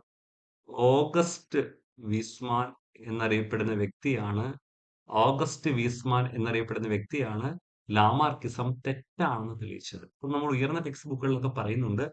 അപ്പൊ ലാമാർക്കിസം തെറ്റാണെന്ന് തെളിയിച്ചാരാണ്? ഓഗസ്റ്റ് വീസ്മാൻ ആണ്. പഠിച്ചു വെക്കുക. അടുത്ത രണ്ടാമത്തേന് ഡാർവിനിസം അല്ലെ? ഡാർവിനിസം ആരാ? നമ്മുടെ ചാൾസ് ഡാർവിനാണ്. നമ്മുടെ പരിണാമത്തിന് ഒരുപാട് സംഭാവനകൾ നൽകിയ, അല്ലയോ, പരിണാമ സിദ്ധാന്തത്തിന് ഉപജ്ഞാതാവ്, അല്ലെങ്കിൽ പരിണാമത്തിന്റെ ഉപജ്ഞാതാവ്, പിതാവ്, അല്ലെങ്കിൽ ഫാദർ ഓഫ് എവല്യൂഷൻ എന്നൊക്കെ അറിയപ്പെടുന്ന ചാൾസ് ഡാർവിനാണ്. അപ്പൊ ഡാർവിനിസം കൊണ്ടുവന്നത് ചാൾസ് ഡാർവിനാണ്. ഇവിടെ ചില ക്വസ്റ്റ്യൻസുകൾ ചോദിക്കാം. ഡാർവിൻ സഞ്ചരിച്ച കപ്പലിന്റെ പേരെന്താ? HMS ബീഗിൾ എന്നാണ് അല്ലെ? ഡാർവിന്റെ കപ്പലിന്റെ പേരെന്താ കുട്ടികളെ? HMS Beagle. ഓക്കെ. ഇനി ഡാർവിൻ സഞ്ചരിച്ച ദ്വീപിന്റെ പേരെന്താണത്? ഗാലപ്പഗോസ് ദ്വീപ് എന്നാണ്. ഓക്കെ, കിട്ടിയല്ലോ? അപ്പൊ ഡാർവിൻ സഞ്ചരിച്ച കപ്പലിന്റെ പേര് HMS ബീഗിൾ. പരിണാമ പഠനങ്ങൾക്ക് വേണ്ടി ഡാർവിൻ സഞ്ചരിച്ച ആ ദ്വീപ സമൂഹം എന്താണ്? ഗാലപ്പഗോസ് ദ്വീപാണ്. ഗാലപ്പഗോസ് ദ്വീപ്. ഓക്കെ. ഇനി എക്സാമിന് ചോദിക്കാം, ഡാർവിന്റെ പ്രശസ്തമായ പുസ്തകം ഏതാണ്? പ്രകൃതി നിർദ്ധാരണം വഴിയുള്ള ജീവിവർഗ ഉൽപ്പത്തിയാണ്. എന്താണ്? പ്രകൃതി നിർദ്ധാരണം വഴിയുള്ള ജീവിവർഗ ഉൽപ്പത്തി. പ്രകൃതി നിർദ്ധാരണം വഴിയുള്ള ജീവിവർഗ ഉൽപ്പത്തിയാണ് എന്ത്? നമ്മളുടെ ഡാർവിന്റെ പ്രശസ്തമായ പുസ്തകം origin of species by means of natural selection എന്ന് പറയും കേട്ടോ. പഠിക്കുക, ഇമ്പോർട്ടന്റ് ആണ്. അപ്പൊ നമ്മുടെ ജീവജാതികളുടെ ഉൽപ്പത്തിയുമായി ബന്ധപ്പെട്ട രണ്ടാമത്തെ സിദ്ധാന്തമാണ് ഡാർവിനിസം. അതാരാണ്? ചാൾസ് ഡാർവിനാണ് കൊണ്ടുവന്നത്. ഡാർവിൻ സഞ്ചരിച്ച കപ്പലിന്റെ പേര് HMS ബീഗിൾ എന്നാണ്. പരിണാമ പഠനങ്ങൾക്ക് വേണ്ടി ഡാർവിൻ സഞ്ചരിച്ച ദ്വീപ് എന്താണ്? ഗാലപ്പഗോസ് ദ്വീപാണ്. ഡാർവിന്റെ പുസ്തകത്തിന്റെ പേരെന്താ? പ്രകൃതി നിർദ്ധാരണം വഴിയുള്ള ജീവിവർഗ ഉൽപ്പത്തി, origin of species by means of natural selection എന്ന് പറയും അല്ലേ? ഇനി ഒരിക്കൽ എക്സാമിന് ചോദിച്ചാണ്, പരിണാമത്തിന്റെ പരീക്ഷണശാല എന്നറിയപ്പെടുന്ന പ്രദേശം ഏതാണ്? എന്താണ്? പരിണാമത്തിന്റെ പരീക്ഷണശാല എന്നറിയപ്പെടുന്ന പ്രദേശം ഏതാണ്? ഏതാണത്? നമ്മളുടെ ഗാലപ്പഗോസ് ദ്വീപാണ്. 14 ചെറിയ ചെറിയ ദ്വീപുകൾ ചേർന്ന ഒരു വലിയ ദ്വീപ സമൂഹമാണ്. 14 ചെറിയ ചെറിയ ദ്വീപുകൾ ചേർന്ന ഒരു വലിയ ദ്വീപ സമൂഹമാണ് എന്ത്? ഗാലപ്പഗോസ്. ഈ ഗാലപ്പഗോസ് ആണ് പരിണാമത്തിന്റെ പരീക്ഷണശാല എന്നറിയപ്പെടുന്ന പ്രദേശം. ലോകത്തിലെ ഏറ്റവും വലിയ കരയാമകൾ കാണപ്പെടുന്ന പ്രദേശം. ലോകത്തിലെ ഏറ്റവും വലിയ കരയാമകൾ കാണപ്പെടുന്ന പ്രദേശം ചോദിച്ചാലും ഗാലപ്പഗോസ് ആണ്. ഓക്കെ. ഡാർവിൻ ഗാലപ്പഗോസ് പോയ സമയത്ത് ഒരു ആമയെ കൊണ്ടൊക്കെ പോയിരുന്നു. നമ്മൾ ആമയെ ഹാരിയറ്റ് എന്നൊക്കെ പറയും. അതിനെക്കുറിച്ച് ഡീറ്റെയിൽ ആയിട്ട് നമ്മളിപ്പോൾ ഡിസ്കസ് ചെയ്യുന്നില്ല. കാരണം ഇത് റിവിഷൻ രീതിയിലല്ല പഠിപ്പിച്ചു പോകുന്നത് കേട്ടോ. റെഗുലർ ക്ലാസ്സുകൾ നമ്മൾ ഇതൊക്കെ പറയാറുണ്ട്. പക്ഷെ നമുക്കൊരു റിവിഷൻ ക്ലാസ് ആയതുകൊണ്ട് എക്സാം പോയിന്റ് ഓഫ് വ്യൂവിൽ മാത്രം പഠിച്ചു പോയാൽ മതി. അത് തന്നെയാണ് നിങ്ങൾ ആഗ്രഹിക്കുന്നതും എന്ന് എനിക്കറിയാം. ഓക്കെ. ഇനി പറഞ്ഞു നമ്മുടെ പരിണാമത്തിന്റെ പരീക്ഷണശാല എന്നറിയപ്പെടുന്ന പ്രദേശം ഗാലപ്പഗോസ് ദ്വീപുകളാണ് അല്ലേ? ഈ ഗാലപ്പഗോസ് ദ്വീപില് ഡാർവിനെ ഏറ്റവും കൂടുതൽ സ്വാധീനിച്ച ഒരു ചെറിയ പക്ഷിയുണ്ട്. ഓക്കെ. നമ്മളതിനെ ഗാലപ്പഗോസ് കുരുവികൾ എന്ന് പറയുന്നുണ്ടെങ്കിലും നമ്മൾ ഇന്ന് വിളിക്കുന്ന പേരെന്താ? ഗാലപ്പഗോസ് ഡാർവിൻ ഫിഞ്ചസ് എന്നാണ് വിളിക്കുക. ഇന്ന് അറിയപ്പെടുന്ന പേരെന്താ? ഡാർവിൻ ഫിഞ്ചസ് എന്നാണ് പേര്. Darwin finches. ഡാർവിൻ ഫിഞ്ചസ് എന്നാണ്. ഫിഞ്ചസ് എന്ന് പറഞ്ഞാൽ ചെറിയ കുരുവികൾ നിർത്തുന്നത്. Darwin finches. ഡാർവിൻ ഫിഞ്ചസ് എന്ന് പറയും. അപ്പൊ ഗാലപ്പഗോസ് ദ്വീപിലെത്തിയ ഡാർവിൻ, ഞാൻ പറഞ്ഞു 14 ചെറിയ ദ്വീപുകൾ ചേർന്ന ഒരു ദ്വീപ സമൂഹമാണ് എന്ത്? ഗാലപ്പഗോസ് അല്ലേ? അപ്പൊ ഇതൊരു ഗാലപ്പഗോസ് ആണെന്ന് നിങ്ങൾ നോക്കുക. അല്ലെങ്കിൽ ഇത് മൊത്തത്തിലൊരു ഗാലപ്പഗോസ് ആണെന്ന് നോക്കുക. ഇത് മൊത്തത്തിലൊരു ഗാലപ്പഗോസ് ആണ്. ഇത് മൊത്തത്തിലൊരു ഗാലപ്പഗോസ് ആണെന്ന് വിചാരിക്കുക. ഇത് മൊത്തത്തിലൊരു ഗാലപ്പഗോസ് ആണെന്ന് വിചാരിക്കുക. ഓക്കെ. ഗാലപ്പഗോസ് 14 ദ്വീപുകളുണ്ട് അല്ലെ? ഇപ്പൊ ഇതൊരു ദ്വീപാണ്. ഇത് അടുത്ത ദ്വീപാണ്. ഇത് അടുത്ത ദ്വീപാണ്. ഇങ്ങനെ 14 ദ്വീപുകളുള്ള എന്താണത്? ഒരു ദ്വീപ സമൂഹമാണ് ഇത് നമ്മളുടെ ഗാലപ്പഗോസ്. ഇതെല്ലാം ഓരോരോ ചെറിയ ദ്വീപുകളാണെന്ന് നിങ്ങൾ സങ്കല്പിക്കുക. ഓക്കെ. ഈ എല്ലാ ദ്വീപിലും ഈ 14 ദ്വീപിലും ഡാർവിൻ പോയി. അവിടെയൊക്കെ ഡാർവിൻ ഈ പക്ഷികളെയും കണ്ടു. നിങ്ങൾ ഈ ഡയഗ്രത്തിൽ കാണുന്ന ചെറിയ പക്ഷികളെയും ഈ 14 ദ്വീപിലും ഡാർവിൻ കണ്ടു. പക്ഷേ പക്ഷികളെല്ലാം ഏറെക്കുറെ ഒരേപോലെയാണ്. വ്യത്യാസം എവിടെയാണ്? അവരുടെ ചുണ്ടുകളിലാണ് വ്യത്യാസം. അവരുടെ കൊക്കുകളിലാണ് വ്യത്യാസം. ബീക്കിലാണ് വ്യത്യാസമുള്ളത്. ഓക്കെ. അപ്പൊ ഞാൻ പറഞ്ഞു 14 ദ്വീപുകൾ ചേർന്ന ഒരു ദ്വീപ സമൂഹമാണ് ഗാലപ്പഗോസ്. നമ്മുടെ ഡാർവിൻ എന്ത് ചെയ്തു? ആ 14 ദ്വീപിലും ഡാർവിൻ പോയി. ആ 14 ദ്വീപിലും ഡാർവിൻ ഈ പക്ഷികളെ കണ്ടു. പക്ഷെ പക്ഷികൾ ഏറെക്കുറെയല്ല ഒരേപോലെയാണ്. വ്യത്യാസപ്പെട്ടിരുന്ന എവിടെയാണ്? അവരുടെ കൊക്കുകളിൽ മാത്രമാണ്. അപ്പൊ ഇതിൽ നിന്ന് ഡാർവിൻ ഒരു കാര്യം അനുമാനിച്ചു. ഡാർവിൻ എന്താ പറഞ്ഞതെന്ന് അറിയാമോ? പണ്ട് ഇവർക്കെല്ലാം പൂർവികനായ ഒരു പക്ഷി ഉണ്ടായിരുന്നു. ആ പക്ഷി ഈ ഒരു ദ്വീപിൽ മാത്രമായിരുന്നു താമസിച്ചിരുന്നത്. അല്ലേ? ഓക്കെ. അപ്പൊ ഗാലപ്പഗോസ് ദ്വീപിലെ 14 ദ്വീപിൽ ഏതെങ്കിലും ഒരു ദ്വീപിലായിരിക്കാം ഈ പക്ഷിയുടെ പൂർവികൻ താമസിച്ചിരുന്നത്. ഒരുപക്ഷെ ആ സ്ഥലത്ത് ആഹാരത്തിന്റെ അളവ് കുറഞ്ഞു. അല്ലെങ്കിൽ ശത്രുക്കളുടെ എണ്ണം കൂടി. അപ്പോൾ എന്ത് ചെയ്തു? ഈ പക്ഷികൾ ആ ദ്വീപിൽ നിന്ന് ആ ഗാലപ്പഗോസ് ദ്വീപ സമൂഹത്തിലുള്ള ബാക്കി 13 ദ്വീപുകളിലേക്ക് പറന്നുപോയി. നിങ്ങൾ സങ്കല്പിച്ച് നോക്ക്. ഒരിക്കലും അവര് ഗാലപ്പഗോസ് ദ്വീപ് വിട്ട് പുറത്തു പോയില്ല. കാരണം എന്താ? അതിന് ചുറ്റും നമുക്കറിയാം പസഫിക് ഓഷ്യൻ ആണ്. ഒരിക്കലും ആ പസഫിക് ഓഷ്യനെ താണ്ടി മറ്റൊരു സ്ഥലത്തോട്ട് പോകാൻ ഈ ചെറിയ പക്ഷികൾക്ക് കഴിഞ്ഞില്ല. അപ്പോൾ ഡാർവിൻ കണ്ടെത്തിയത് ഇങ്ങനെയാണ്. ഈ 14 ദ്വീപിൽ ഏതെങ്കിലും ഒരു ദ്വീപിലായിരിക്കാം ഈ പൂർവികനായ പക്ഷി ഉണ്ടായിരുന്നത്. ഒരുപക്ഷേ അവിടെ ആഹാരത്തിന്റെ അളവ് കുറഞ്ഞു. അല്ലെങ്കിൽ ശത്രുക്കളുടെ എണ്ണം കൂടിയപ്പോൾ അവർ എന്ത് ചെയ്തു? പല പല ദ്വീപുകളിലോട്ട് പറന്നുപോയി. ഇല്ലയോ? ആണല്ലോ. അങ്ങനെ പല പല ദ്വീപുകളിലോട്ട് പറന്നു പോയപ്പോൾ ആ പോയ ദ്വീപിൽ അവർക്ക് എന്ത് ഭക്ഷണമാണോ കിട്ടിയത്, കാലക്രമേണ അവർ എന്ത് ചെയ്തു? ആ ഭക്ഷണം കഴിക്കാൻ വേണ്ടി നിർബന്ധരാകുകയും തുടർന്ന് അവരുടെ ചുണ്ടുകൾക്ക് മാറ്റം സംഭവിക്കുകയും അങ്ങനെ പല പല ചുണ്ടുകളുള്ള പല പല കൊക്കുകളുള്ള പക്ഷികളായി പരിണമിച്ചു എന്നുമാണ് ഡാർവിൻ പറഞ്ഞത്. ഓക്കെ. ഇവിടെയാണ് ഡാർവിൻ പ്രകൃതി നിർദ്ധാരണം എന്ന് പറഞ്ഞ ആശയം കൊണ്ടുവന്നിരിക്കുന്നത്. അതായത് ഒരു സ്ഥലത്ത് നിന്ന് മറ്റൊരു സ്ഥലത്തിലേക്ക് പോയപ്പോൾ അതിന് ചുറ്റുപാടിൽ മാറ്റം സംഭവിച്ചു. അല്ലയോ? ഫോർ എക്സാമ്പിൾ നിങ്ങൾ നോക്കുക. ഇവിടെ നിന്ന് കുറച്ച് പക്ഷികൾ പറന്ന് ഈ ഒരു ദ്വീപിലേക്ക് പോയി. ഈ ഒരു ദ്വീപിലേക്ക് പോയി എന്ന് വിചാരിക്കുക. ഈ ഒരു ദ്വീപിലേക്ക് പോയി. അല്ലേ? ആ ദ്വീപിൽ ഷഡ്പദങ്ങൾ മാത്രമേ കഴിക്കാൻ ഉണ്ടായിരുന്നുള്ളൂ. നേരത്തെ ഒരുപക്ഷെ എവിടെ എന്തായിരുന്നു? പൂർവികനായ പക്ഷി വിത്തുകളായിരുന്നു കഴിച്ചിരുന്നത്. പൂർവികനായ പക്ഷി എന്താ? വിത്തുകളാണ് കഴിച്ചുകൊണ്ടിരുന്നത്. ഇല്ലയോ? ആ വിത്തുകൾ കഴിച്ചുകൊണ്ടിരുന്ന പക്ഷി എന്താണ്? ഈ ഒരു ദ്വീപിലോട്ട് പോയ സമയത്ത് അവിടെ ഈ ഷഡ്പദങ്ങളെ മാത്രമേ കഴിക്കാൻ കിട്ടിയുള്ളൂ. ഞാൻ വിത്തുകൾ മാത്രമേ കഴിക്കുള്ളൂ എന്ന് വാശി പിടിച്ച പക്ഷികളൊക്കെ പട്ടിണി കിടന്ന് ചത്തുപോയി കാണും. അല്ലയോ? പക്ഷേ ആ മാറ്റത്തെ ഉൾക്കൊണ്ടുകൊണ്ട് ഷഡ്പദങ്ങളെ കൂടി കഴിക്കാൻ ശ്രമിച്ച പക്ഷികൾ കാലക്രമേണ പുതിയ സ്പീഷീസുകളായി മാറി. അല്ലയോ? അപ്പൊ ഇവിടെ പ്രകൃതിയുടെ ഒരു തിരഞ്ഞെടുപ്പല്ലേ നടന്നത്? കാരണം ഇവിടെ പ്രകൃതിയിൽ മാറ്റം സംഭവിച്ചു. അപ്പൊ ആ മാറ്റത്തിനനുസരിച്ച് ആരാണോ നിലനിന്നത് അവര് മാത്രമേ ആരാണോ ആ മാറ്റത്തിനെ എന്ത് ചെയ്തു? മാറ്റത്തെ ഉൾക്കൊള്ളാൻ തയ്യാറായത് അവര് മാത്രം നിലനിന്നു. ഇതാണെന്ത് പ്രകൃതി നിർദ്ധാരണം അല്ലെങ്കിൽ പ്രകൃതിയുടെ തിരഞ്ഞെടുപ്പ് എന്ന് പറയുന്നത്. ക്ലിയർ ആണല്ലോ? ഇനി പൂർവികനായ പക്ഷി നമുക്കറിയാം ഒരു ദ്വീപിലിരുന്നു. ഒരു ദ്വീപിൽ നിന്ന് പല പല ദ്വീപുകളിലോട്ട് പറന്നുപോയി. നമ്മൾ ഇതിന് പറയുന്ന വാക്കാണ് അഡാപ്റ്റീവ് റേഡിയേഷൻ എന്ന് പറയും. എന്താ പറയുന്ന പേര്? Adaptive radiation. Adaptive radiation. Adaptive radiation എന്ന് പറയും. മലയാളത്തിൽ അനുകൂല വികിരണം എന്ന് പറയും. ആ ടേമുകൾ നിങ്ങളത് പഠിച്ചു വെക്കണം. അനുകൂല വികിരണം എന്ന് പറയും. അപ്പൊ അഡാപ്റ്റീവ് റേഡിയേഷൻ അല്ലെങ്കിൽ അനുകൂല വികിരണം എന്ന ആശയം ഇല്ലയോ? ഉദാഹരണമാണ് എന്ത്? നമ്മളുടെ ഗാലപ്പഗോസിലെ കുരുവികൾ. ഓർത്തു വെച്ചോ, നമ്മുടെ പ്ലസ് ടു ടെക്സ്റ്റ് ബുക്കിലൊക്കെ പറയുന്നുണ്ട് classical example for adaptive radiation എന്നാ പറയുന്നത്. അതായത് അനുകൂല വികിരണത്തിന്റെ ഉത്തമ ഉദാഹരണമാണ് എന്ത്? ഗാലപ്പഗോസിലെ കുരുവികൾ അല്ലെങ്കിൽ ഡാർവിൻ ഫിഞ്ചസ്. പഠിച്ചു വെക്കണേ. അപ്പൊ അനുകൂല വികിരണത്തിന് അല്ലെങ്കിൽ അഡാപ്റ്റീവ് റേഡിയേഷന് ഉത്തമ ഉദാഹരണമാണ് ഡാർവിൻ ഫിഞ്ചസ് അല്ലെങ്കിൽ ഗാലപ്പഗോസിലെ ചെറുകുരുവികൾ. കിട്ടിയല്ലോ? യെസ്. അപ്പൊ എക്സാമിന് നിങ്ങൾക്ക് ചോദിക്കും പ്രകൃതി നിർദ്ധാരണം എന്ന ആശയം ആരൊക്കെ ചേർന്നുകൊണ്ടാ മുന്നോട്ട് വെച്ചത്? അവിടെ നമുക്ക് ഒരാളുടെ പേര് നമുക്ക് ചാൾസ് ഡാർവിൻ എന്ന് പറയാം. നമുക്ക് മറ്റൊരാളുടെ പേര് കൂടി ഇവിടെ പറയണം. ആളുടെ പേരാണ് ആൽഫ്രഡ് വാലസ് എന്ന് പറയും. എന്താ ആളുടെ പേര്? Alfred Wallace. ഞാൻ ഈ പറയുന്ന പോയിന്റുകളൊക്കെ എഴുതി വെച്ചോണം കേട്ടോ. അപ്പൊ പ്രകൃതി നിർദ്ധാരണം അല്ലെങ്കിൽ നാച്ചുറൽ സെലക്ഷൻ എന്ന ആശയം ആരാണ് മുന്നോട്ട് വെച്ചത്? ഒന്ന് ചാൾസ് ഡാർവിനും രണ്ടാമത്തെ ആൽഫ്രഡ് വാലസും ചേർന്നുകൊണ്ടാണ്. ആൽഫ്രഡ് വാലസ്, ചാൾസ് ഡാർവിൻ ഈ രണ്ടുപേര് ചേർന്നുകൊണ്ടാണ് പ്രകൃതി നിർദ്ധാരണം എന്ന ആശയം മുന്നോട്ട് വെച്ചത്. ഇനി ചോദിക്കാം പ്രകൃതി നിർദ്ധാരണ സിദ്ധാന്തം ആരാണ് ആവിഷ്കരിച്ചത്? ഇത് നമ്മുടെ ഡാർവിൻ തന്നെയാണ്. തിരിഞ്ഞു പോകല്ലേ കുട്ടികൾ, എഴുതി വെക്കണേ. പ്രകൃതി നിർദ്ധാരണം എന്ന ആശയം ആരൊക്കെ ചേർന്നുകൊണ്ടാണ് മുന്നോട്ട് വെച്ചത്? അത് നമ്മളുടെ ചാൾസ് ഡാർവിനും ആൽഫ്രഡ് വാലസും ചേർന്നിട്ടാണ്. ആൽഫ്രഡ് വാലസും ചാൾസ് ഡാർവിനും ആ ആശയം മുന്നോട്ട് വെച്ചത്.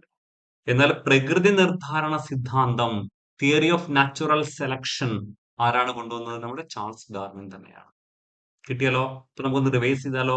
ഡാർവിൻ സഞ്ചരിച്ച കപ്പലിന്റെ പേര് HMS ബീഗിൾ.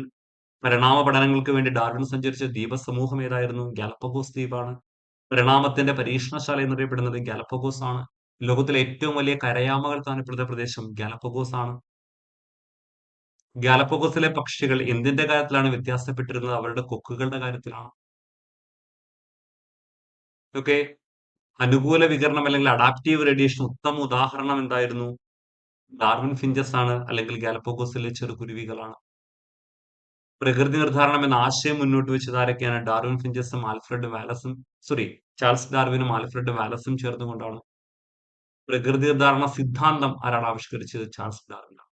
പോയിന്റ്സുകൾ കിട്ടിയെന്ന് വിചാരിക്കുന്നു. റിവിഷൻ ആയതുകൊണ്ടാണ് കുറച്ച് സ്പീഡിൽ പറഞ്ഞു പോകുന്നത് കേട്ടോ. ഓക്കെ. ഇനി ഡാർവിന്റെ ചിന്താഗതികളെ ഏറ്റവും കൂടുതൽ സ്വാധീനിച്ച ഒരു വ്യക്തിയുണ്ട്. അദ്ദേഹമാണെന്ത്? Thomas Robert Malthus. നിങ്ങൾ റോബർട്ട് മാൽത്തൂസ് എന്നോ അല്ലെങ്കിൽ തോമസ് മാൽത്തൂസ് എന്നോ വായിച്ചാൽ മതി. പ്രോബ്ലം ഒന്നുമില്ല. ഫുൾ നെയിം പഠിക്കണമെന്നില്ല. അപ്പൊ ചോദിക്കാം ഡാർവിന്റെ ചിന്തകളെ അല്ലെങ്കിൽ ഡാർവിന്റെ സിദ്ധാന്തങ്ങളെ ഏറ്റവും കൂടുതൽ സ്വാധീനിച്ച വ്യക്തിയാണെന്ത്? Thomas Robert Malthus. നിങ്ങൾ മാൽത്തൂസ് എന്ന് പറഞ്ഞാൽ ഓർത്തു വെക്കണം. മാൽത്തൂസ് ഈ പരിണാമ സിദ്ധാന്തം അല്ലെങ്കിൽ നമ്മളുടെ പ്രകൃതി നിർദ്ധാരണ സിദ്ധാന്തം അതല്ലേ ഡാർവിൻ കൊണ്ടുവന്നത്. ആ പ്രകൃതി നിർദ്ധാരണ സിദ്ധാന്തം രൂപപ്പെടുത്താൻ ഡാർവിനെ സഹായിച്ച ആരാണത്? റോബർട്ട് മാൽത്തൂസ് ആണ്. അദ്ദേഹത്തിന്റെ ഒരു പ്രസ്താവനയാണ് ഡാർവിനെ ഏറ്റവും കൂടുതൽ സഹായിച്ചത്. ആ പ്രസ്താവന ഇങ്ങനെയാണ്: മനുഷ്യ ജനസംഖ്യ വർദ്ധിക്കുന്നതിന് ആനുപാതികമായി ഭക്ഷ്യോൽപാദനം വർദ്ധിക്കുന്നില്ല. ഭക്ഷ്യദൗർലഭ്യവും രോഗവും പട്ടിണിയും അതിജീവനത്തിലുള്ള മത്സരം ഉണ്ടാക്കുന്നു. അല്ലെ? ഉദാഹരണം പറഞ്ഞു കഴിഞ്ഞാല് ഒരു കാട്ടില് ഒരു ചെറിയൊരു ഫോറസ്റ്റില് കുറച്ച് മാനുകളുണ്ട് അല്ലെ? കുറച്ച് മാനുകളുണ്ട്. ആ മാനുകൾക്ക് കഴിക്കാൻ കുറച്ച് പുല്ലുകളുമുണ്ട് അല്ലെ? കുറച്ച് മാനുകളുണ്ട്. ആ മാനുകൾ കഴിക്കാനുള്ള പുല്ലുകളുമുണ്ട്. ഈ മാനുകൾ ഓവറായിട്ട് റീപ്രൊഡ്യൂസ് ചെയ്യുന്നു. മാനുകളുടെ എണ്ണം കൂടിക്കഴിയുമ്പോൾ സ്വാഭാവികമായിട്ട് എന്ത് ചെയ്യും? പുല്ലിന്റെ എണ്ണം കുറയും അല്ലെ? അതല്ലേ ഇവിടെ സംഭവിച്ചത്. മനുഷ്യ ജനസംഖ്യ വർദ്ധിക്കുന്നതിന് ആനുപാതികമായി ഭക്ഷ്യോൽപാദനം കൂടുന്നില്ല. നമ്പർ കൂടുമ്പോൾ റിസോഴ്സുകൾ കൂടുന്നില്ല, കുറയുകയാണ് ചെയ്യുന്നത്. അങ്ങനെ വരുമ്പോൾ എന്ത് സംഭവിക്കും? അങ്ങനെ ഭക്ഷ്യദൗർലഭ്യവും രോഗവും പട്ടിണിയും അതിജീവനത്തിലുള്ള മത്സരം ഉണ്ടാക്കും അല്ലെ? ഈ മാനുകൾ തമ്മിൽ മത്സരിക്കും ആ പുല്ല് കഴിക്കാൻ വേണ്ടി. അതുപോലെയല്ലേ നമ്മുടെ കേസിൽ. അപ്പൊ മനുഷ്യ ജനസംഖ്യ വർദ്ധിക്കുന്നതിന് ആനുപാതികമായി ഭക്ഷ്യോൽപാദനം വർദ്ധിക്കുന്നില്ലെന്നും ഭക്ഷ്യദൗർലഭ്യവും രോഗവും പട്ടിണിയും അതിജീവനത്തിലുള്ള മത്സരം ഉണ്ടാക്കുമെന്നും ആരാണ്? തോമസ് റോബർട്ട് മാൽത്തൂസ് അഭിപ്രായപ്പെട്ടു. ഈ അഭിപ്രായമാണ് ഡാർവിന്റെ ചിന്തകളെ മൊത്തം മാറ്റിമറിക്കുകയും അദ്ദേഹം എന്താണ് പ്രകൃതി നിർദ്ധാരണ സിദ്ധാന്തം കംപ്ലീറ്റ് ചെയ്യുകയും ചെയ്തു. ഇപ്പൊ എക്സാമിന് ചോദിക്കാൻ വേണമെങ്കിൽ പ്രകൃതി നിർദ്ധാരണ സിദ്ധാന്തം എഴുതിയുണ്ടാക്കാൻ ഡാർവിനെ സഹായിച്ച വ്യക്തി ആരാണത്? റോബർട്ട് മാൽത്തൂസ് ആണ്. അദ്ദേഹത്തിന്റെ പ്രസ്താവന കൂടി പഠിച്ചു വെക്കുക. എന്താണ്? മനുഷ്യ ജനസംഖ്യ വർദ്ധിക്കുന്നതിന് ആനുപാതികമായി ഭക്ഷ്യോൽപാദനം വർദ്ധിക്കുന്നില്ല. ഓക്കെ. അപ്പൊ ഒരു ഭക്ഷ്യ ദൗർലഭ്യം ഉണ്ടാകുന്നു, അവിടെ രോഗമുണ്ടാകുന്നു, പട്ടിണി ഉണ്ടാകുന്നു. ഇതൊക്കെ അതിജീവനത്തിനുള്ള ഒരു സമരം ഉണ്ടാകും, അതിജീവനത്തിലുള്ള മത്സരമുണ്ട്, അല്ലയോ? ഈ മത്സരത്തിൽ ആരാണോ ജയിക്കുന്നത് അവർ നിലനിൽക്കും. അതാണ് അദ്ദേഹം പറയുന്നത്. കിട്ടിയല്ലോ? തോമസ് റോബർട്ട് മാൽത്തൂസ്, അല്ലെങ്കിൽ മാൽത്തൂസ് എന്ന പേരെങ്കിൽ ഓർത്തു വെക്കുക. ഇത് നിങ്ങൾ ഡീറ്റെയിൽ ആയിട്ടൊന്നും പഠിക്കണ്ട, എങ്കിലും ഒന്ന് മനസ്സിലാക്കി വെക്കുക. നമ്മുടെ ചാൾസ് ഡാർവിന്റെ പ്രകൃതി നിർദ്ധാരണ സിദ്ധാന്തത്തിലെ കുറച്ച് ആശയങ്ങളെ കുറിച്ചാണ് പറയുന്നത്. അമിതോൽപാദനം, നിലനിൽപ്പിനായുള്ള സമരം, അനുകൂല വ്യതിയാനങ്ങളുള്ളവ നിലനിൽക്കുക, അല്ലാത്തവ നശിച്ചു പോവുക, പിന്നെ പ്രകൃതി നിർദ്ധാരണം നിലനിൽക്കുന്നു ജീവികള്, അനുകൂല വ്യതിയാനങ്ങൾ തലമുറകളിലോട്ട് കൈമാറ്റം ചെയ്യപ്പെടുന്നു, തലമുറകളായി ലഭിക്കുന്ന വ്യതിയാനങ്ങളുടെ സഞ്ചയം, പുതിയ ജീവജാതികളുടെ ഉത്ഭവം. ഇതൊക്കെ ഡീറ്റെയിൽ ആയിട്ടൊന്നും പഠിക്കണ്ട, ഇത്രയും പോയിന്റ്സ് മനസ്സിലാക്കി വെച്ചാൽ മതി. ഇത്രയുമായിരുന്നു നമ്മളുടെ തോമസ് റോബർട്ട് മാൽത്തൂസ് പറഞ്ഞത്, അല്ലയോ? ജീവികളുടെ എണ്ണം കൂടുന്നു, അപ്പൊ ആഹാരം കുറയുന്നു, അവിടെ നിലനിൽപ്പിനുള്ള സമരം ഉണ്ടാകും. ആ സമരത്തിൽ അനുകൂല വ്യതിയാനങ്ങളുള്ളവ നിലനിൽക്കുന്നു, അല്ലാത്തവ നശിച്ചു പോകുന്നു, അല്ലയോ? അനുകൂല വ്യതിയാനങ്ങളുള്ളവയെ പ്രകൃതി തെരഞ്ഞെടുക്കുന്നു. അതാണ് പ്രകൃതി നിർദ്ധാരണം അല്ലെങ്കിൽ നാച്ചുറൽ സെലക്ഷൻ എന്ന് പറയുന്നത്. ഒരു അനുകൂലമായ വ്യതിയാനമുള്ളവയെ പ്രകൃതി അങ്ങ് ഏറ്റെടുക്കും. അതാണ് പ്രകൃതി നിർദ്ധാരണം, അല്ലെങ്കിൽ എന്താണ് നാച്ചുറൽ സെലക്ഷൻ. ഈ അനുകൂല വ്യതിയാനങ്ങൾ ഓരോ തലമുറകളിലൂടെ കടന്നു പോകുന്നു, പതുക്കെ പതുക്കെ അത് കൂടിക്കൂടി വരുന്നു, അല്ലെ? അവസാനം പുതിയ ജീവജാതികളായി മാറും. ഇതാണ് പ്രകൃതി നിർദ്ധാരണം, നാച്ചുറൽ സെലക്ഷൻ. അപ്പൊ അമിതോൽപാദനവും നിലനിൽപ്പിനായുള്ള സമരവും അനുകൂല വ്യതിയാനങ്ങൾ തലമുറകളോടെ കൈമാറ്റം ചെയ്യപ്പെടുന്ന എല്ലാ പ്രകൃതി നിർദ്ധാരണ സിദ്ധാന്തത്തിന്റെ ഭാഗമാണ് എന്ന് ഓർത്തു വെക്കുക. ക്ലിയർ ആണല്ലോ? ഓക്കെ ആണല്ലോ? യെസ്. ഇനി നമ്മളുടെ ഡാർവിന്റെ ഏറ്റവും വലിയ പോരായ്മ എന്തെന്ന് ചോദിച്ചാൽ, ഡാർവിൻ പറഞ്ഞു എന്ത് വരുന്നുണ്ട്? അതായത് വ്യതിയാനങ്ങൾ സംഭവിക്കുന്നുണ്ട്, അല്ലെ? ആ വ്യതിയാനങ്ങൾ തലമുറകളോട് കൈമാറ്റം വ്യതിയാനങ്ങൾ നിരന്തരമായി കൈമാറ്റം ചെയ്യപ്പെടുന്നു. ഇന്ന് ആര് പറഞ്ഞു? ഡാർവിൻ പറഞ്ഞുകൊണ്ടേയിരുന്നു, അല്ലെ? ഇപ്പൊ എക്ക് വ്യതിയാനം ഉണ്ടായി അത് ബി ആയിട്ട് മാറുന്നു, ബിക്ക് വ്യതിയാനം ഉണ്ടായി സി ആയിട്ട് മാറുന്നു. അങ്ങനെ നിരന്തര വ്യതിയാനങ്ങളിലൂടെയാണ് പുതിയ ജീവജാതികൾ ഉണ്ടാകുന്നതെന്ന് ഡാർവിൻ പറഞ്ഞു. നിരന്തര വ്യതിയാനങ്ങളിലൂടെയാണ് പുതിയ ജീവജാതികൾ ഉണ്ടാവുന്നത് ഡാർവിൻ പറഞ്ഞു. പക്ഷേ ആ വ്യതിയാനങ്ങളുടെ കാരണം എന്തെന്ന് പറയാൻ ഡാർവിന് കഴിഞ്ഞില്ല. അതായിരുന്നു ഡാർവിനിസത്തിന്റെ ഏറ്റവും വലിയ പോരായ്മ. വ്യതിയാനങ്ങൾ ഉണ്ടാവുന്ന ഡാർവിൻ പറഞ്ഞുകൊണ്ടേയിരുന്നു, പക്ഷെ വ്യതിയാനങ്ങൾ എങ്ങനെ ഉണ്ടാകുന്നു, നിരന്തര വ്യതിയാനങ്ങളുടെ കാരണം എന്തെന്ന് വിശദീകരിക്കാൻ ഡാർവിന് കഴിയാതെ പോയി. അതായിരുന്നു നമ്മുടെ ഡാർവിനിസത്തിന്റെ ഏറ്റവും വലിയ പോരായ്മ. എന്തായിരുന്നു? നിരന്തര വ്യതിയാനങ്ങളുടെ കാരണം എന്തെന്ന് കണ്ടെത്താൻ ഡാർവിന് കഴിഞ്ഞില്ല. ഇതൊക്കെ നമ്മുടെ സമഗ്ര ക്വസ്റ്റ്യൻ ബോർഡിൽ പറയുന്നുണ്ട്, അതുകൊണ്ട് നിങ്ങളത് മനസ്സിലാക്കി വെക്കുക. അങ്ങനെ ഡാർവിന്റെ മരണശേഷം ജനിതകശാസ്ത്രം, കോശവിജ്ഞാനീയം, ഭൗമശാസ്ത്രം, ഫോസിൽ പഠനം ഇതൊക്കെ ഡെവലപ്പ് ചെയ്തു. അവിടുന്ന് കിട്ടിയ അറിവുകളും ഡാർവിന്റെ തിയറികളെല്ലാം കൂടെ ചേർത്തുകൊണ്ട് നമ്മൾ നിയോ ഡാർവിനിസം എന്ന് പറയുന്ന പുതിയ ഒരു മേഖല ഡെവലപ്പ് ചെയ്തെടുത്തു. അപ്പൊ ഡാർവിന്റെ സിദ്ധാന്തങ്ങളെയും പിന്നീട് നമുക്ക് ഡാർവിന്റെ മരണശേഷം ജെനറ്റിക്സിലും കോശവിജ്ഞാനീയത്തിലും ഭൗമശാസ്ത്രത്തിലും ഫോസിൽ പഠനത്തിലും കിട്ടിയ അറിവുകളൊക്കെ ചേർത്തുകൊണ്ട് നമ്മൾ ഡാർവിനിസത്തെ ഒന്ന് പരിഷ്കരിച്ചു. അങ്ങനെ കിട്ടിയതാണ് എന്ത്? Neo Darwinism. നിയോ ഡാർവിനിസത്തിലെ ഏറ്റവും പ്രധാനപ്പെട്ട സിദ്ധാന്തമാണ് ഉൽപരിവർത്തന സിദ്ധാന്തം. നമ്മൾ ഇംഗ്ലീഷിൽ മ്യൂട്ടേഷൻ തിയറി എന്ന് പറയും. ഓക്കെ, വളരെ ഇമ്പോർട്ടന്റ് ആണ്. 2020 UPSCയുടെ രണ്ടാമത്തെ ചോദ്യമായിരുന്നു ഉൽപരിവർത്തന സിദ്ധാന്തം ആരാണ് ആവിഷ്കരിച്ചത്? ഹ്യൂഗോ ഡി വ്രീസ് ആണ്. ഉൽപരിവർത്തന സിദ്ധാന്തം ഇംഗ്ലീഷിൽ പറയുന്ന പേരെന്താ? എന്താണ് മ്യൂട്ടേഷൻ തിയറി എന്ന് പറയും. ഉൽപരിവർത്തന സിദ്ധാന്തം അല്ലെങ്കിൽ മ്യൂട്ടേഷൻ തിയറി ആരാ ആവിഷ്കരിച്ചത്? Hugo D Vries. 2020 UPSCയുടെ ചോദ്യമാണ്. എന്താണ് ഉൽപരിവർത്തനം അല്ലെങ്കിൽ മ്യൂട്ടേഷൻ എന്ന് പറഞ്ഞു കഴിഞ്ഞാല്? ജീനുകൾക്ക് സംഭവിക്കുന്ന ആകസ്മിക മാറ്റങ്ങളാണ്. ഇപ്പൊ റേഡിയേഷൻ മൂലമോ അല്ലെങ്കിൽ ചില രാസവസ്തുക്കളൊക്കെ മൂലമോ നമ്മുടെ ജീനുകൾക്ക് പെട്ടെന്ന് മാറ്റം ഉണ്ടാകും അല്ലെ? അപ്പൊ സംഭവിക്കുന്ന ആകസ്മിക മാറ്റങ്ങൾ ജീനുകൾക്ക് സംഭവിക്കുന്ന ആകസ്മിക മാറ്റങ്ങളെയാണ് നമ്മൾ ഉൽപരിവർത്തനം അല്ലെങ്കിൽ മ്യൂട്ടേഷൻ എന്ന് പറയുന്നത്. ഈ ഉൽപരിവർത്തനമാണ് നിരന്തര വ്യതിയാനങ്ങളുടെ കാരണമെന്ന് ആര് പറഞ്ഞു? ഹ്യൂഗോ ഡി പറഞ്ഞു. ഡാർവിന് പറയാൻ കഴിയാതെ പോയ കാര്യം അല്ല. അപ്പൊ ജീനുകൾക്ക് സംഭവിക്കുന്ന അല്ലെ ഈ പറഞ്ഞിരിക്കുന്ന എന്താണ് റേഡിയേഷൻ മൂലമോ അല്ലെങ്കിൽ രാസവസ്തുക്കളുടെ സാന്നിധ്യം മൂലമോ ജീനുകൾക്ക് DNA-യിൽ മാറ്റങ്ങൾ ഉണ്ടാകും. ജീനുകൾക്ക് ആകസ്മികമായ മാറ്റങ്ങൾ ഉണ്ടാകും. ജീനുകൾക്ക് സംഭവിക്കുന്ന ആകസ്മിക മാറ്റങ്ങളെയാണ് നമ്മൾ ഉൽപരിവർത്തനങ്ങൾ എന്ന് പറയുന്നത്.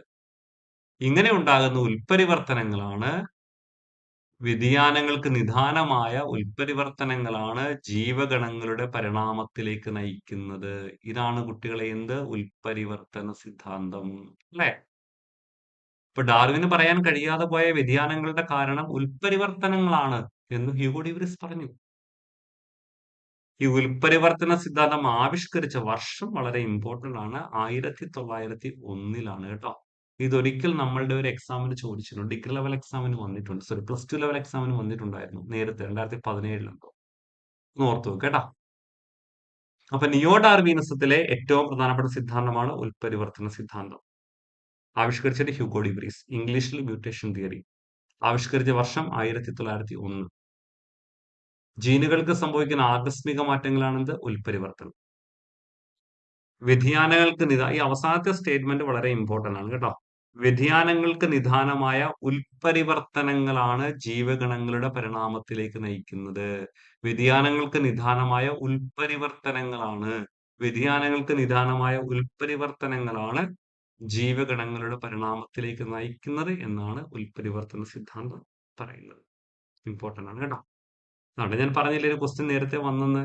Hugo de Vries published mutation theory in which year? 1901.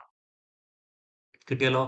അപ്പൊ ജീവന്റെ പ്രപഞ്ചോൽപത്തി ആണെങ്കിൽ മഹാവിസ്ഫോടന സിദ്ധാന്തവും, ജീവന്റെ ഉൽപ്പത്തിയാണെങ്കിൽ നൈസർഗിക ജനന സിദ്ധാന്തം, പിന്നീട് ബയോജനസിസ്, പാൻസ്പെർമിയ, രാസപരിണാമ സിദ്ധാന്തം. ഇനി ജീവജാതിയുടെ ഉൽപ്പത്തിയാണെങ്കിൽ ലാമാർക്കിസം, ഡാർവിനിസം, പിന്നെ നിയോ ഡാർവിനിസത്തിൽ വരുന്ന ഉൽപരിവർത്തന സിദ്ധാന്തം. ഓക്കെ. അപ്പൊ നമ്മുടെ ചാപ്റ്ററിന്റെ ഒരു 80% നമ്മൾ കഴിഞ്ഞു. ഇനി കുറച്ച് ഭാഗങ്ങളേ ഉള്ളൂ. പരിണാമത്തിന്റെ തെളിവുകളും എന്ന് പറയുന്നൊരു ഭാഗമുണ്ട്. പിന്നീട് നമ്മുടെ മനുഷ്യന്റെ പരിണാമം. അതിനുശേഷം കുറെ ക്വസ്റ്റ്യൻസുകളും ചെയ്യാം. അപ്പൊ ഇത് റിവിഷൻ രീതിയിലാണ് ഞാൻ പോയിരിക്കുന്നത്. അതുകൊണ്ട് കുറച്ച് സ്പീഡിലൊക്കെയാണ് പറഞ്ഞിരിക്കുന്നത്. നിങ്ങളും അത് തന്നെയാണല്ലോ ആഗ്രഹിക്കുന്നത് അല്ലേ? ഒരു ക്വിക്ക് റിവിഷൻ പോലെ. അപ്പൊ നിങ്ങൾക്ക് പ്രയോജനകരമാണെന്ന് വിചാരിക്കുന്നു. തുടർന്ന് ക്ലാസ്സുകൾ വേണമെന്നുണ്ടെങ്കിൽ നിങ്ങൾ കമന്റ് ബോക്സിൽ കമന്റ് ചെയ്യുക കേട്ടോ. ഓക്കെ. Thank you all. ഇനിയും നമ്മുടെ ചാനലൊക്കെ സബ്സ്ക്രൈബ് ചെയ്യാത്ത ആൾക്കാരുണ്ടെങ്കിൽ സബ്സ്ക്രൈബ് ചെയ്യുക. ഫ്രണ്ട്സിലേക്കൊക്കെ മാക്സിമം എത്തിക്കാൻ ശ്രമിക്കുക. നമുക്കൊരു ഹെൽത്തി കോമ്പറ്റീഷൻ അല്ലേ വേണ്ടുന്നത്. അപ്പൊ എല്ലാവരിലേക്ക് എത്തിക്കാൻ ശ്രമിക്കുക. ഓക്കെ. അപ്പൊ ശരി. ബൈ. ടാറ്റാ. Take care.